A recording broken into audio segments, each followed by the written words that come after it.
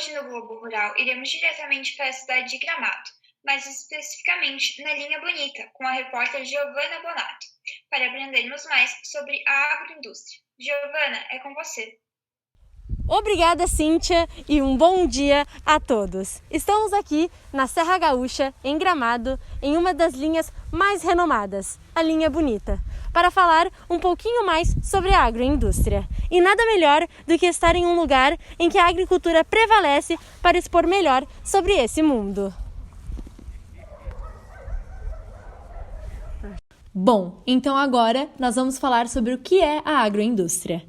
A agroindústria é, mais precisamente, um local equipado e preparado com um conjunto de atividades relacionadas à transformação de matérias-primas provindas da agropecuária que são realizadas de forma sistemática. Ela tem a finalidade de transformar as matérias-primas, prolongando sua durabilidade e diminuindo sua sazonalidade, além de agregar o valor aos alimentos in natura, procurando fazer com que as características originais dos alimentos sejam mantidas. Segundo a Embrapa, que é a Empresa Brasileira de Pesquisa Agropecuária, a agroindústria contribui com 5,9% no PIB brasileiro. Essa participação vem principalmente do beneficiamento e da transformação de matéria-prima presente na agropecuária, integrando a produção rural ao restante do mercado econômico. Mas, infelizmente, como toda grande empresa, estas também são responsáveis por diversos problemas ambientais. Então agora iremos falar um pouco mais sobre estes. Além do constante desmatamento para a construção de indústrias e da grande perda de biodiversidade que estamos presenciando hoje em nosso país, por conta de métodos não viáveis dentro da agropecuária, como principais fatores desta pesquisa, temos a degradação do solo, contaminação do solo, ar e água e geração de resíduos. Bom, como degradação do solo, o desenvolvimento extensivo da agricultura tem causado a degradação do mesmo, que acaba se tornando improdutivo ao longo dos anos, gerando diversos problemas ambientais e também econômicos. Sendo assim, as técnicas de cultivo inadequadas, o uso intensivo e contínuo de máquinas e a não rotatividade dos produtos produzidos no solo podem ocasionar o esgotamento dos nutrientes, compactação, erosão e a aceleração da desertificação. Já a contaminação do solo, ar e água vem do uso indiscriminado e excessivo de agrotóxicos, fertilizantes e antibióticos, o que tem causado a contaminação dos mesmos no meio rural brasileiro. O agrotóxico, ao ser lançado nas plantações, acaba se espalhando pelo ar e se infiltrando no solo, atingindo assim o lençol freático, ou pode também ser levado pela água da chuva para os mananciais, assim poluindo-os cada vez mais. Por consequência, como uma das várias soluções, nesta reportagem traremos como principal a agroindústria familiar. Como uma solução para a degradação do solo, as áreas ocupadas pela fábrica acabam sendo menores e a produção de alimentos agrícolas comprados ou produzidos são feitos a partir de pequenas propriedades de terra, com maior diversidade produtiva, onde normalmente uma família tem o papel de proprietária, gestora e ainda por cima é responsável por toda a logística de produção e comercialização. Dois fatores muito interessantes é que, segundo a ONU, a produção provinda da agricultura familiar responde, hoje em dia, com 80% da produção mundial de alimentos. A mesma se dá por mais de 500 milhões de produtores rurais dedicados apenas à agricultura familiar no mundo, ocupando 90% de todas as propriedades agrícolas do globo. Outro ponto importante é que estas, na maioria das vezes, não utilizam grandes máquinas em seu plantio como nas grandes empresas, o que acaba fazendo com que a degradação do solo e o constante desmatamento que presenciamos seja diminuindo. Consequentemente, a perda de biodiversidade acaba sendo bem menor. Já como solução para a contaminação do solo, ar e água, na maioria das vezes, as agroindústrias não danificam o solo, nem o ar e nem a água, tanto quanto as grandes indústrias. Mas, infelizmente, aqui na região em que estamos, existem sim agricultores que usam agrotóxicos em seu plantio, mas com uma política de redução de uso e práticas integradas de controle com o manejo de pragas e doenças. Mas mesmo tendo os que utilizam, tem outros que não. Estes são chamados de produtores ou agricultores orgânicos. Então, consequentemente, a poluição do ar e do solo não acaba sendo tão alta por conta deste controle. Mas, como meio de solucionar a contaminação ou escassez de água, existem alguns agricultores aqui da região que utilizam a própria água da chuva. Para a solução de geração de resíduos, normalmente as agroindústrias familiares reutilizam os resíduos que colocam seus alimentos.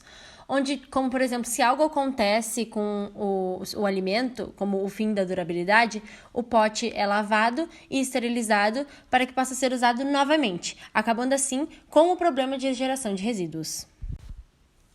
Sendo assim, agora iremos especificar melhor o que é essa tal de agroindústria familiar.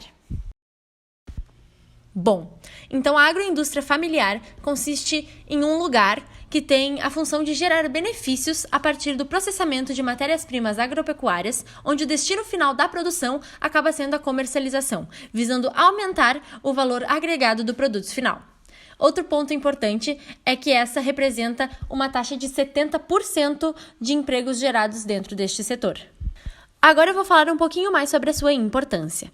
Então, a agroindustrialização da produção realizada pelos agricultores familiares representa uma importante alternativa quando se fala em fornecimento de empregos, renda no meio rural e como uma solução na degradação do meio ambiente. É também uma alternativa econômica para a fixação dos agricultores familiares no campo e para a construção de um novo modelo de desenvolvimento sustentável na cadeia agrícola. Normalmente, Nesses empreendimentos, os agricultores são os mais importantes dentro deste processo, atuando ao longo de toda a cadeia produtiva, que parte da produção, industrialização e termina na comercialização. Além disso, fornecem alimentos mais saudáveis, seguros e saborosos. Bom, então para dar um exemplo de agroindústria familiar, eu estou aqui com Lírio, Renita e a filha do casal, Ângela Mazotti, para falar um pouquinho mais como eles faziam quando eles ainda eram donos da fábrica Doces Mazotti. Então, Lírio. Começo a falar quando meu pai, o senhor Irineu e dona Dalice, que era a nossa mãe, que em 1948, como tinha uma plantação de frutas, que eram, vou dizer, da figueira veio o figo, do pessegueiro veio o pêssego, da pareira vinha a uva e do marmeleiro vinha o marmelo, né? Foi aí que deu a ideia de fazer uma chimia caseira, porque era tanta fruta que estava sendo abandonada. Então, nessa época, fizeram aquele tacho deles de cobre, com um fogueireiro embaixo, e aí fizeram tipo uma chimia de cada sabor dessas frutas. Deu tanta importância, tanto valor, que era tão gostosa, que em 1949 abriram a empresa Doces de Fruto Mazotti, Gramado, Linha Bonita. Bom, então, Ângela, conte-nos mais como era produzido, como era feita a produção quando os pais de Lírio começaram a fazer a chimia. O pai e a mãe nos contam como foi naquela época que o vô e a avó começaram com a chimia. Eles tinham que moer a fruta para fazer ela, então eles pegavam a máquina de linguiça e moíam a fruta. Nem todas davam para ser moída, mas as que eles conseguiam moer na máquina, eles moíam ela e colocavam no tacho, esse tacho era aquecido com açúcar, mas era lenha, né, pai? Era lenha, colocavam lenha embaixo desse tacho, faziam fogo e aí aquele vapor que cozinhava a chimia. Aí adicionavam o açúcar e aí depois e era mexido, era tudo manualmente, era mexido com uma pá de madeira. Aí depois eles colocavam essa chimia em caixinhas de madeira, era uma chimia mais durinha, que a gente chama chimia de corte, que hoje é a goiabada, a figada, que normalmente a gente come com queijo. Eles não conseguiam fazer ainda aquela chimia mais lisa de se passar no pão. E daí aí eles colocavam nessa embalagem da caixinha de madeira e aí eles saíam para vender com uma carreta, com os bois, em Gramado e Canela. Então o começo foi esse, lá em 1949, vendendo a chimia entre Gramado e Canela com uma carreta, com os bois puxando, levando a mercadoria. Muito legal. Bom, então, Ângela, já que a fábrica conseguiu se concretizar, né, por causa que ela era tão bem sucedida dentro de Gramado e Canela, tu consegue nos falar como era feito o processo desde a sua época até hoje em dia dentro da fábrica? Sim. Como tu mesma disse, como deu tão certo o processo, o pai e os irmãos dele viram que então eles tinham que investir num maquinário maior para poder atender todos os pedidos, a produção que estava sendo feita. Então, o irmão do pai foi para São Paulo e trouxe esse maquinário que está aí até hoje, que era utilizado tanto na minha época, quando a gente ajudava o pai e a mãe, como o pessoal que está na fábrica hoje. Então, a fruta chega de caminhão e daí ela é colocada num tanque para ser lavada. Daí desse tanque ela vai para uma esteira onde é escolhida e daí dessa esteira ela passa por um elevador que é levada a fruta até o cozinhador. Esse cozinhador, ao mesmo tempo, ele é um triturador. Ele vai separando a casca e o caroço da fruta. Então, a casca e o caroço vão para o lixo e a fruta, que é a polpa, que vai se tornar a polpa, ela é colocada dentro de um tacho, onde ela é pré-cozida. Desse tacho sai uma mangueira e essa mangueira leva essa polpa até o depósito, que é onde é armazenada a fruta. Na nossa época, ela era armazenada em tonéis, tambores, com sacos plásticos. Hoje em dia, ela é armazenada em bombonas. Então, quando a pessoa faz o pedido, por exemplo, do figo, o funcionário vai lá, pega essa bombona, traz ali para a fábrica e essa polpa de figo é colocada dentro do tacho. Aí é adicionada o açúcar e os conservantes e aí se preparada a chimia. Essa chimia é cozida através do vapor de uma caldeira a lenha. E aí, então, essa chimia, depois de pronta, ela é despejada dentro de um tacho. E daí eu vou explicar um pouquinho da diferença da nossa época para o dia que é hoje. Então, na nossa época, tinha uma torneirinha nesse tacho, que a embalagem era tirada manualmente. Aí se colocava numa balança, que era aquelas balanças de equilíbrio. E aí um funcionário pegava a chimia e levava para mesas grandes, onde ela era resfriada através de um ventilador. Aí depois de fria, era colocado um papel celofane em cima e uma tampa, isso tudo manual. E aí era colocado o rótulo, onde uma pessoa passava cola no rótulo e a outra rotulava, limpava com um paninho. E aí eram colocados na caixa e era vendida assim. Hoje em dia, eles têm uma máquina acoplada a esse tacho, onde sai o peso certinho da embalagem que precisa. E aí é colocado numa balança digital, só para verificar o peso. Só que com o passar dos anos, eles melhoraram ainda mais isso. Eles trouxeram uma máquina maior hoje, que essa máquina ela é acoplada direto ao tacho que cozinha a chimia. Então vem através de uma mangueira, dentro dessa nova máquina, e aí o pote já sai, a chimia sai quentinha, o pote já é lacrado, já é rotulado, e esse processo todo é com a chimia quente. E aí vem através de uma esteira, o pote sai prontinha e tem um funcionário que coloca ela dentro de uma caixa e é colocado em outro depósito para depois ser entregue por um caminhão. Lembrando que na nossa época esse processo todo era feito com a chimia fria. Hoje em dia, com as novas tecnologias todas, né, ela é feita com a chimia toda quente. Bom, eu acabei falando no início dessa reportagem que o meio ambiente ele acaba sendo afetado pela geração de resíduos. Então eu queria saber se na agroindústria familiar que vocês tinham era reutilizado os potes ou vocês compravam mais e largavam e jogavam fora? Sabe que todo produto tem a sua data de validade, né? No nosso caso, da chimia, ela normalmente tem a data de validade de 1 ano. Então, os mercados, enfim, quem nos comprava, que não vendia mais essa chimia, que passava o prazo, eles nos devolviam o pote, o balde. Então, o que a gente fazia? A gente tirava essa chimia, colocava fora, e aí o pote era lavado, esterilizado e a gente reutilizava, se eles estivessem em bom estado, que desse para ser revendido novamente. Então, sim, a gente fazia esse processo, mas tudo dentro da lei, tudo certinho, pote limpinho, esterilizado. Muito legal. Bom, então para finalizar, eu agradeço à família Mazzotti pelo tempo que eles nos disponibilizaram e eu termino falando que com a evolução da fábrica que veio desde 1949, de uma família, né, uma agroindústria familiar, se evoluiu tanto com o mesmo nome durante todo esse tempo, ela se tornou apenas em uma agroindústria muito famosa que ainda é vendida o produto em todo o Brasil. Muito obrigada pela atenção, volto contigo, Cíntia. Muito obrigada, Giovana, por esta bela reportagem. Nossa, Cíntia, após essa reportagem, eu, pelo menos, como âncora, percebi o quão importante é a agroindústria e ainda por cima a agroindústria familiar para o nosso país. Isso é muito legal mesmo. Mas, mudando um pouco de assunto, agora vamos falar sobre a agropecuária, direto com Luísa Capichon. Agora é com você, Luísa. Bom dia! Hoje estamos na cidade de Gramado, na Linha Bonita, para falarmos sobre agropecuária e meio ambiente. Todos sabemos que ao longo dos anos a taxa populacional cresce e com ela também aumenta a demanda pelas coisas básicas da vida, como a alimentação. Com isso, sabe-se que cada vez mais o meio ambiente é afetado e manipulado pelo ser humano. Dentro desse contexto, surge a questão da degradação ambiental, ou seja, a destruição, deterioração ou desgaste gerados ao meio ambiente a partir de atividades econômicas, aspectos populacionais e biológicos.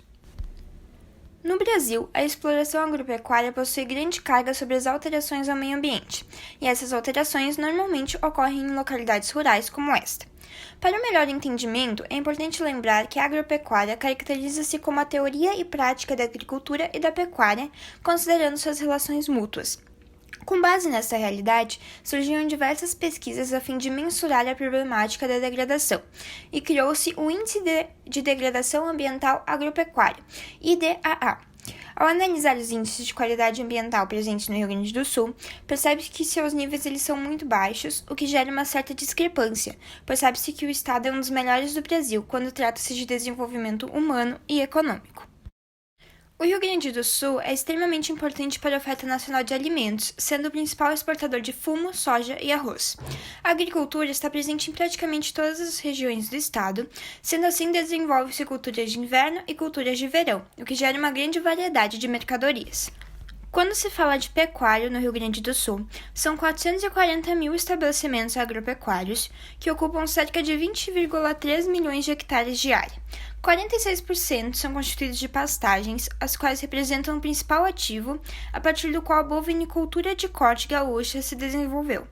Apesar da agropecuária apresentar grande importância para a humanidade e para a economia, ela também pode vir a acarretar vários problemas ambientais. Agora vamos ver alguns exemplos desses problemas ambientais. O primeiro exemplo é o desmatamento, que consiste na retirada da cobertura vegetal, feito com a finalidade de obter espaço para a realização das atividades agropecuárias. Essa prática provoca a redução da biodiversidade, extinção de espécies, animais e vegetais, desertificação, erosão, redução dos nutrientes e contribui para o aquecimento global. Outro método utilizado para a retirada da vegetação original são as queimadas, o que intensifica a poluição atmosférica, reduz os nutrientes do solo e faz com que seja necessário usar uma quantidade maior de produtos químicos durante o cultivo de alguns alimentos, fato que provoca a poluição do solo. Outro exemplo é a utilização de agrotóxicos, que são inseticidas e herbicidas destinados à eliminação de insetos. Esses produtos infiltram-se no solo, atingem as águas subterrâneas e com as águas das chuvas podem escoar pelas plantações, sendo assim contaminam o solo, o lençol freático e os rios. Outro problema é a compactação do solo, que é o aumento da densidade do solo em um mesmo volume com a redução da sua porosidade. Esse ocorre quando o solo é submetido a um grande esforço ou compressão, expulsando o ar dos poros e rearranjando as partículas. O solo compactado dificulta a infiltração da água e aumenta o escoamento superficial, o que pode acarretar erosões. Ocorre também uma intensificação do aquecimento global, pois os animais, através da liberação de gás metano, contribuem para este. O último exemplo é o esgotamento dos mananciais, que ocorre pela grande quantidade de água utilizada nos processos produtivos das atividades agrárias, podendo gerar uma diminuição do volume ou até mesmo o esgotamento de rios e lençóis freáticos. Na produção de milho, por exemplo, gastam-se 1.750 litros por quilo produzido. Na produção de carne, gastam-se em média 4.325 litros por quilo de frango, 15.400 litros por quilo de carne bovina e 10.400 litros por quilo de carne suína. Com todos esses problemas que atacam o meio ambiente, novas tecnologias e métodos diferentes são necessários e de extrema importância para uma relação melhor entre agropecuária e meio ambiente. Os produtores rurais já têm intensificado o uso de práticas visando a redução de impactos em áreas da pecuária e cultivos de grãos. Dentre essas novas estratégias, há a aliança entre a pecuária e a lavoura, que é utilizada principalmente para a redução da emissão de dióxido de carbono. Nessa estratégia, os produtores fazem uma adoção de atividades diferentes integradas em uma mesma área, o que permite um cuidado maior com o fator biológico. Outra prática que pode trazer bons resultados é o cuidado com o solo através da rotação de culturas. Foi assim que a fazenda Tolote de Erval Seco, município gaúcho, se transformou em recordista no cultivo de soja em áreas sem irrigação, obtendo 123,5 sacas por hectare em uma safra.